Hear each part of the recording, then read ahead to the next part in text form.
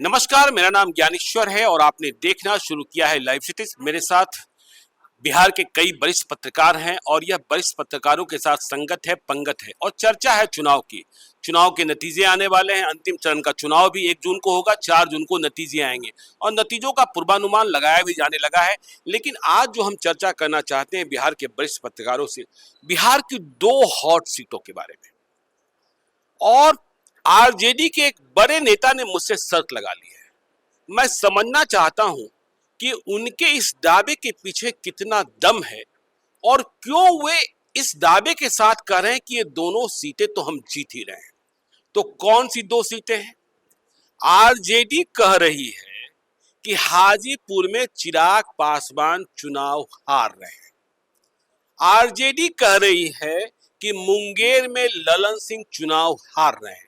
बिहार की ये 2 हॉट सीटें, और ये सीटें ऐसी हैं जो प्रबंधन के लिहाज से, शख्सियत के लिहाज से, पार्टी के लिहाज से बहुत ही मायने रखती है। तो आरजेडी के इस दावे के पीछे दम कितना है? मैंने तो शर्त लगाने वाले नेता को कहा कि यदि चिराग पासवान हार रहे हैं तो पता नहीं एनडीए कौन सी सीट बिहार में जीतेगी। तो हम सबसे पहले अरुण पांडे जी से समझेंगे कि क्या आरजेडी जो दावा कर रहा है चिराग पासवान चुनाव हार भी सकते हैं क्या? जी देखिए, बिहार में आरजेडी मुख्य विपक्षी दल है। 23 सीट के लिए इस बार आरजेडी लड़ा अकेले, और सभी 40 सीट में लालू प्रसाद ने जो बिहार का सामाजिक समीकरण है भरसक, उसमें 13-14 ऐसी कंस्टिट्यूंसी है। वहाँ क्षेत्र की बनावट, कंस्टिट्यूंसी मतलब जात विशेष का किस तरह से कॉम्बिनेशन बना सकते हैं, वो सब कुछ साधने की कोशिश की।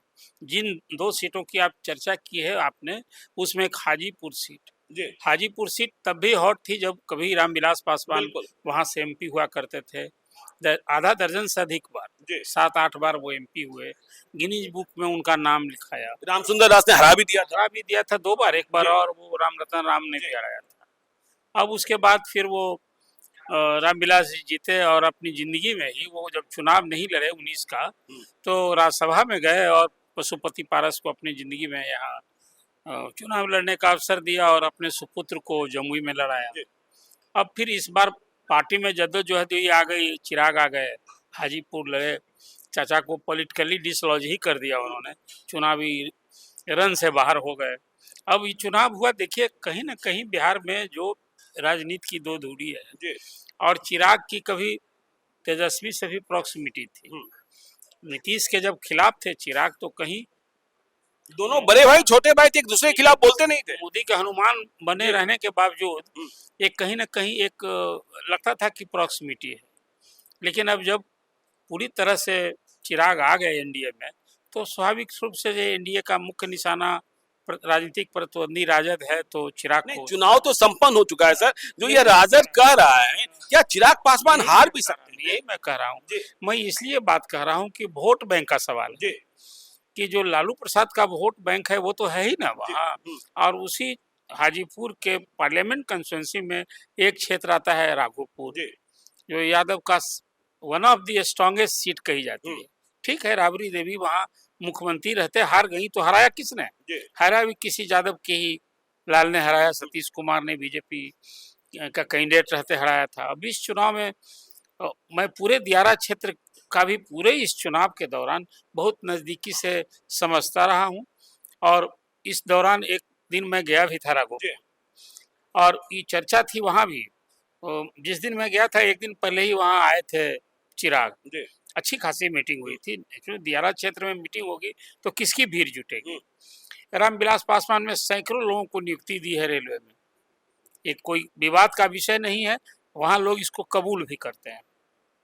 अब चिराग लड़े तो जो लालू प्रसाद का वोट था, वो वोट तो अपनी जगह था, वो तो बिल्कुल चिराग के खिलाफ ही जाना था।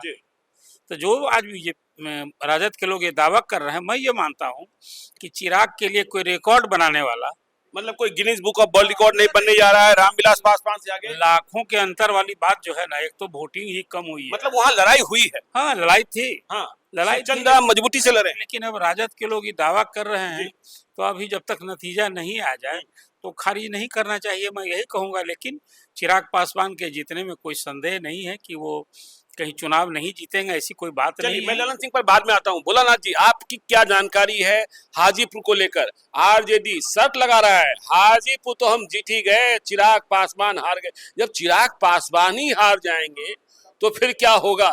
आपकी जानकारी क्या कहती है? देखिए, जो आपको राजद के जो भी नेता दावा कर रहे हैं, थोड़ी सी जानकारी ये हमें भी आई थी जी। कि शिवचंद्र राम जो है हाँ। वो अभी से मिठाई बांट रहे हैं, मिठाई बांट रहे हैं? मिठाई बांट रहे हैं क्षेत्र में कि हम जीत गए हैं। हाँ। और ये रिजल्ट के बाद वो बाकायदा पार्टी देने का प्लान बना रहे हैं। हाँ। तो ये ओवर कॉन्फिडेंस कहीं ना कहीं उनको किस आधार पर है, ये थोड़ा सा समझना पड़ेगा। हाँ। जैसे देखिए, यादव जो मतलब पार्टी देने की तैयारी कर रहे हैं, मुर्गा बकरी की व्यवस्था हो गई है? जी जी। अच्छा। ये उन्हीं के पार्टी के लोग बता रहे हाँ। थे कि पूरी तैयारी हो गई है और 4 के बाद, रिजल्ट के बाद वो पार्टी देने की तैयारी जी। कर ली है। थोड़ा सा यादव समाज का हम लोगों को जो एक कॉन्फ्लिक्ट है उसको समझना पड़ेगा। वो हाजीपुर इलाके में जो यादव समाज है सबसे एक मेजोरिटी वाला बड़ा समाज है, उसमें लेकिन 2 धड़े हैं, किसनौर और मजरौर। किसनौर और मजरौट। जी। कृष्णौर जो है वो नित्यानंद राय वाली जाति से है जी। और मजरौट लालू जी की जाति से है। तो इन दोनों में कन्फ्लिक्ट भी होता है। जी। तो अब ये वोट अगर एक मुश्त पड़े हैं तो शिवचंद्र राम को लाभ मिलेगा उसका, लेकिन अगर उसमें नित्यानंद राय भी घूम रहे थे क्षेत्र में और उसमें अगर टूट हुआ है तो उसका फायदा चिराग को मिलेगा। लेकिन कई लोग कह रहे हैं कि देखिए वहां मुन्ना शुक्ला को वैशाली में टिकट दिए जाने के कारण लालगंज में भूमिहार टूट गए। फिर जो चिराग पासवान ने 2020 में नीतीश कुमार के साथ व्यवहार किया था, इसके कारण वहां कुशवाहा और कुर्मी ने भी चिराग पासवान के साथ कुछ छल कर लिया, इसलिए शिवचंद्र राम और आरजेडी अपना दावा मजबूत बता रहे हैं। देखिए, उसमें एक चीज और भी हम लोगों को गौर करना पड़ेगा कि हम लोगों का समाज जो है वो थोड़ा सा पीड़ित के साथ सहानुभूति रखता है। इस पूरे चुनाव में, लोकसभा चुनाव में जो बाद में जो तस्वीर उभर के आई, वो पशुपति पारस कहीं न कहीं एक पीड़ित के रूप में नजर आए। पशुपति पारस ने ऑफर किया था चिराग पासवान को कि आप हमको बोलिएगा तो हम प्रचार करेंगे, लेकिन चिराग पासवान ने उसको सिरे से नकार दिया। उनका 2 बार ऑफर आया, दोनों बार इन्होंने सिरे से नकार दिया। तो इसका कहीं ना कहीं लोगों में एक मैसेज गया कि चिराग पासवान को बहुत ज्यादा घमंड हो गया है और उस अहंकार में ये है, तो थोड़ा सा उसका देखना बड़ा नुकसान हो सकता है। आप उस दिन का पोल परसेंटेज अगर देखें तो शुरू में पोल परसेंटेज बहुत ही कम था और सबसे कम हाजीपुर में था। तो ये बात आ रही थी कि क्या इसके पीछे पशुपति पारस इसके लिए कारण है, क्योंकि उनके जो समर्थक हैं, चुनाव जीते हुए हैं, तो उनका भी एक समर्थक होता है, एक कड़र वोट होता है हर जीते हुए उम्मीदवार का। तो वो कहीं ना कहीं एकदम अलूफ हो गया था, एकदम। नहीं, आप आखिरकार मानते क्या चिराग पासवान जीतेंगे? चिराग पासवान फंसे हुए हैं, उसको वेरी क्लोज फाइट में रखें, या फिर सब कुछ गड़बड़ी हो गया? देखिए, कड़ा मुकाबला है। जो हम लोग बात कर रहे हैं कि जो साइलेंट वोटर है वो अंत में जाकर के, या जो बनिया वोटर है वो अंत में जाकर के राजद को ही, ये सॉरी एनडीए को ही वोट देता है, एलजेपी को वोट देगा, जो कि एनडीए का धड़ा है। तो उसमें कोई शक नहीं है। मैं अभी कैमूर से घूम के आया, वहाँ पर एक बनिया वोटर से बात हो रही थी, तो बोले कि देखिए, हमारी मजबूरी ये है कि अगर हम किसी राजद कह देंगे, राजद वाले को कि हम राजद के उम्मीदवार को वोट दे रहे हैं, तो कहेगा कि बेवकूफ किसको बना रहे हो, तुम्हारा वोट तो पता है किसको दोगे। तो ये वोटर ऐसे हैं। नहीं, हम स्ट्रेट फॉरवर्ड पूछते हैं, चिराग पासवान के जीतने की संभावना कम है या अधिक है? जीतने की संभावना अधिक है। अधिक है। चलिए देखिए, अब रवि उपाध्याय सर के पास आते हैं। चिराग पासवान क्या हार रहे हैं हाजीपुर? आप हाजीपुर गए भी थे, वहां का मिजाज भी समझा था आपने, और क्या पशुपति पारस के बल में इतनी रोशनी रह गई है कि वह चिराग पासवान के ट्यूबलाइट को फ्यूज कर देंगे?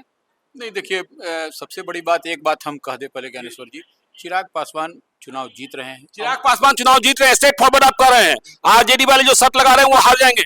आरजेडी वाले इस मुगालते में है कि मुन्ना शुक्ला बगल के कॉन्स्टिट्यूएंसी से आरजेडी से उम्मीदवार हैं, वो वोट ट्रांसफर भूमिहार का इधर उधर नहीं होगा। लेकिन आप इस बात को नोट कर लीजिए, और बल्ब और ट्यूबलाइट की जो बात कह रहे हैं आप, तो वो निश्चित रूप से पशुपति कुमार पारस की जो बात हो रही है, पशुपति कुमार पारस में अब वो चमक और धमक नहीं है जो पहले रामविलास पासवान के कालखंड में वह जानते थे कि किस छेद में हमको डालना है कि वहां पर पैक हो जाएगा। तो वह अब समय भी लग गया, वह समय भी, अब देखिए, लोग उसी का पूजा भी करता है जो कि जिसमें चमक होती है, तो वह चमक स्वतः उनमें समाप्त हो गई है। अब कोई ऐसी बात नहीं है। अब रही बात कि वहां उजियारपुर के जो मजबूत जो प्रत्याशी हैं नित्यानंद राय नित्यानंद राय, उनका घर भी वहीं पर है। तो वो जो कर्णपुरा की बात हम अभी बता उपेंद्र कुशवाहा का भी घर उधर ही है। कुशवाहा का भी घर वहीं पर है। तो वो ऐसे में निश्चित रूप से वह जो कुशवाहा का वोट है वह भी उपेंद्र कुशवाहा वहां कैंप कर गए थे, नंबर एक। नंबर दो बात की नित्यानंद राय वहां पर कैंप कर रहे थे, अपने चुनाव के बाद से वहीं पर थे वो। और कर्णपुरा गांव में वहां पर एक ही बात हुई है, रविदास का वोट में डिवीजन हुआ है। वो पूरा एक मुश्त जो पड़ता रविदास का, वह एक मुश्त नहीं पड़ा, उसमें डिवीजन हुआ, बाकी और कहीं वोट में इधर नहीं। अरुण पांडे सर, रवि सर ने रविदास के वोट की चर्चा बहुत बार बार की है। रवि सर रविदास को पढ़े अच्छे तरीके से। चलिए अब हम चलते हैं दूसरी हॉट सीट मुंगेर।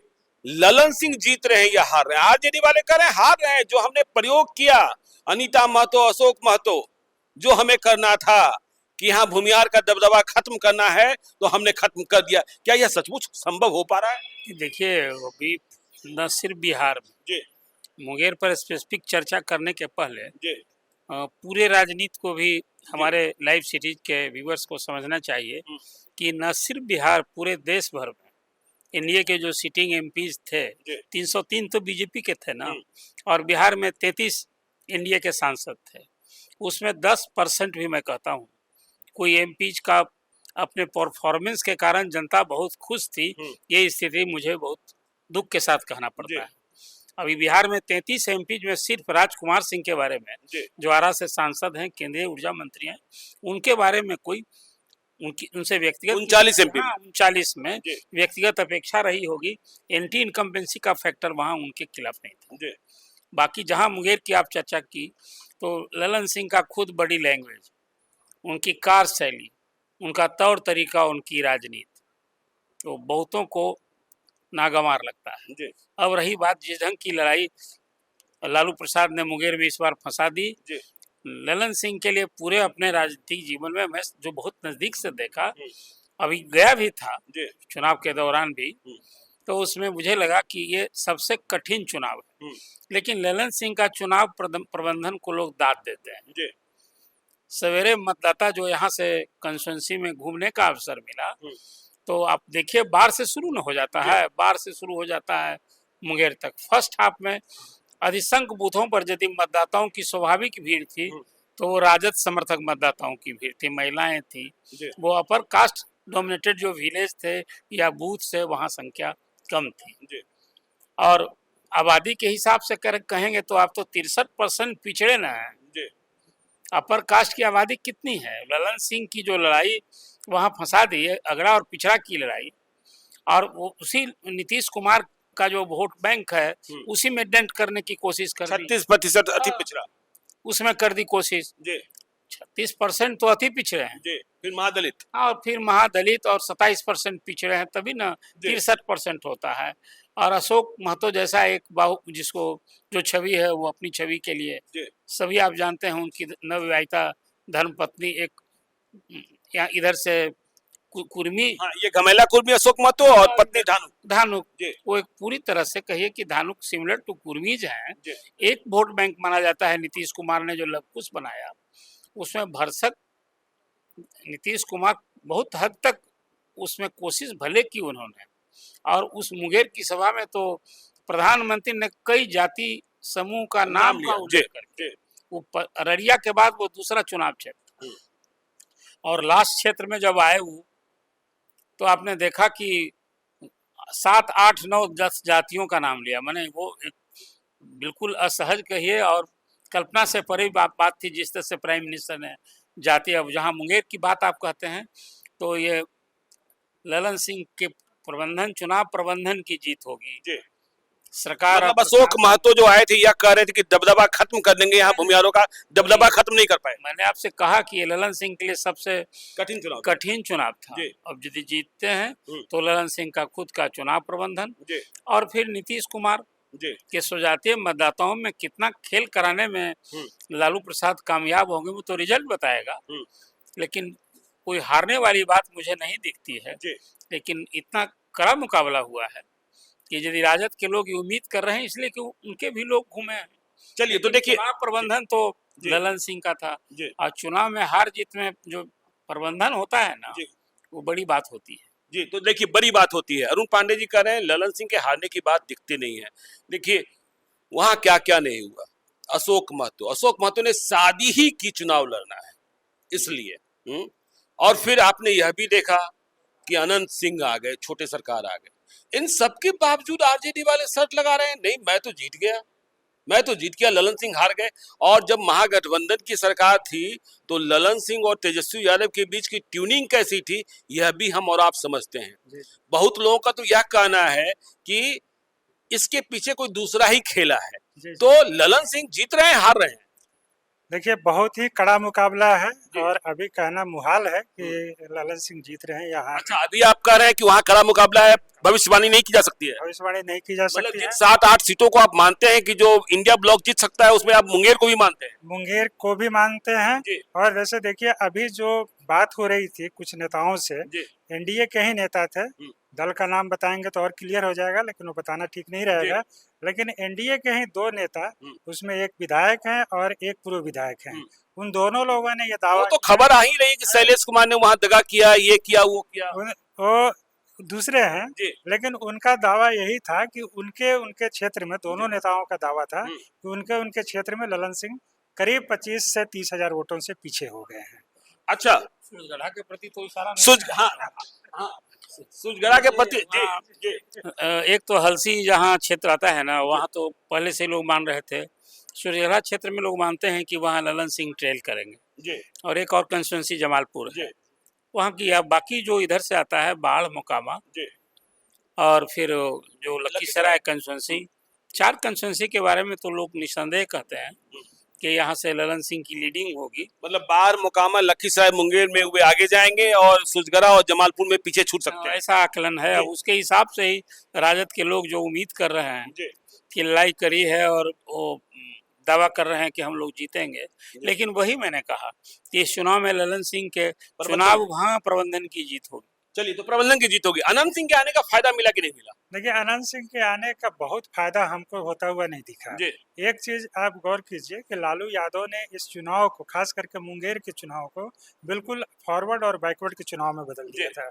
अगर आप अशोक महतो की बात करें तो पति पत्नी दोनों ही एक सामाजिक समीकरण के रूप में है, जिनका कि उस क्षेत्र में एक बड़ा वोटर है, बड़ा वोट बैंक है, और वो कहीं ना कहीं किसी तरह से उस पूरे चुनाव को, मुंगेर लोकसभा क्षेत्र के चुनाव को बैकवर्ड और फॉरवर्ड के प्लैंक पर ले गए। वैसे अगर आप गौर करें तो एनडीए की तरफ से प्रधानमंत्री जितना भी मुद्दा उठाए, भ्रष्टाचार का, देश के विकास का, ये सब मुद्दे तो फैक्टर काम ही नहीं कर रहे थे मुंगेर में। लेकिन लालू यादव की ये कामयाबी कही जाएगी इस पूरे लोकसभा क्षेत्र के, देश भर के चुनाव में, कि वो इस चुनाव को, खास करके बिहार के मामले में अगर बात करें तो इस पूरे चुनाव को जातीय प्लैंक पर ले आए हैं। यही बात है कि यही कारण है कि आज हर जगह हम लोग कहीं न कहीं कड़ा मुकाबला बता रहे हैं, कहीं कह रहे हैं कि, मतलब आप कह रहे हैं कि मुंगेर में लड़ाई फंसी हुई है। चलिए अब हम रवि उपाध्याय सर के पास आते हैं।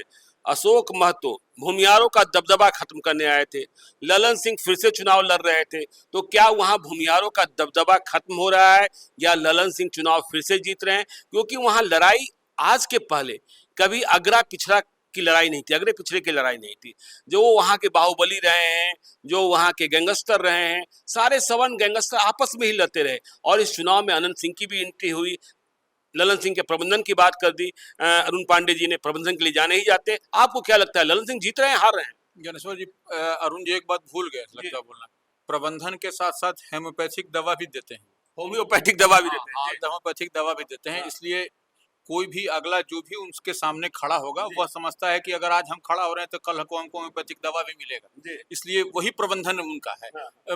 राजीव रंजन सिंह और ललन सिंह का नंबर 1। नंबर 2 बात, पीयूष प्रियदर्शी भी वहाँ खड़ा थे। वो जो निर्दलीय उम्मीदवार की जो बात कह रहे हैं धानुक जाति से, तो वह भी धानुक जाति से थे। तो वो आप वो देखिए कि वह वोट का कटिंग हो रहा है, चाहे वो जितना भी काटे, 1 काटे, 2 काटे, 10 काटे, लेकिन काटा उन्होंने वोट। और इसी स्ट्रेटजी के तहत वो खड़े भी थे कि वह जो है सो धानुक का वोट पीयूष प्रियदर्शी काटे और जो है सो डेंट लगे। और निश्चित रूप से वहां पर इसके बाद ही तो ये कहा, अशोक महतो कोई बहुत बड़ा गांधी जी तो थे नहीं और उनके बारे में लोग जानता है, तो इधर से भी बैटिंग बॉलिंग करने के लिए ललन सिंह को उतार दिया गया था, आनंद सिंह को। सॉरी आनंद सिंह को, कि भाई आप इधर उधर मत करिएगा, झोल झाल जो अरुण बाबू कहते हैं हमको, तो वो झोल झाल नहीं करना है, बुलुक बुलुक नहीं करना। वो लोग नहीं करना, टाइट होकर खड़ा रहिए। तो कोई जो है सो जो सामाजिक समीकरण को साधने और उसके लिए जो लालू प्रसाद यादव चाहते थे इस मुंगेर में करना, वह सक्सेसफुल नहीं हो सका। और राजीव रंजन सिंह उर्फ ललन सिंह का प्रबंधन उनको चुनाव में जितारा, पलड़ा भारी होगा। तो चलिए देखिए, आरजेडी वालों ने शर्त लगाई थी, मैंने सोचा कि शर्त हारने और जीतने के पहले बिहार के 3 वरिष्ठ पत्रकार जो जमीनी हकीकत को समझते हैं, अरुण पांडे जी, भोलानाथ जी और रवि उपाध्याय जी, उनसे समझे। तो देखिए 2 ने तो दोनों को जिता दिया। भोलानाथ जी कह रहे हैं कि ललन सिंह फंसे हुए हैं। अब असली में परिणाम क्या आता है 4 जून को मालूम होगा। मैं शर्त हारता हूं, जीतता हूं, यह भी मुझे देखना होगा। तो आप देखते रहिए लाइव सिटीज को। यदि अब तक आपने हमारे यूट्यूब चैनल लाइव सिटी को सब्सक्राइब नहीं किया है तो जरूर कर लीजिएगा। और यदि इस वीडियो को आप फेसबुक पेज के माध्यम से पेज को लाइक कीजिएगा, ट्विटर पर भी फॉलो कीजिए। धन्यवाद।